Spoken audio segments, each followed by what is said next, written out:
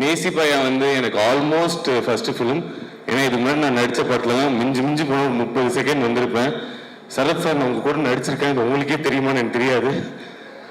அதனால இதுதான் என்னோட லைக் அஃபிஷியலி எனக்கு ஒரு டெபு மாதிரி. So Vishnuvardhan sir thank you so much இந்த படத்தில் நான் சூஸ் பண்ணி நடிக்க வச்சதுக்கு. And Sneha and Akash bro and Xavier sir thank you sir. நடிக்க வச்சதும் இல்லாமல் என்ன நம்பி மேடையிலலாம் ஏற்றிருக்கீங்க. சரத் சார்லாம் பேசின ஆடியோ லான்ச்சில் நானும் பேசணும்னு பேசுன்றதே எனக்கு வந்து ஒரு மிகப்பெரிய விஷயமா இருக்கு. Thank you so much bro. Thank you so much bro. நீங்கள் சரத் சார் கூட நடிச்சது ரொம்ப ஆசைன்னு சொன்னீங்க.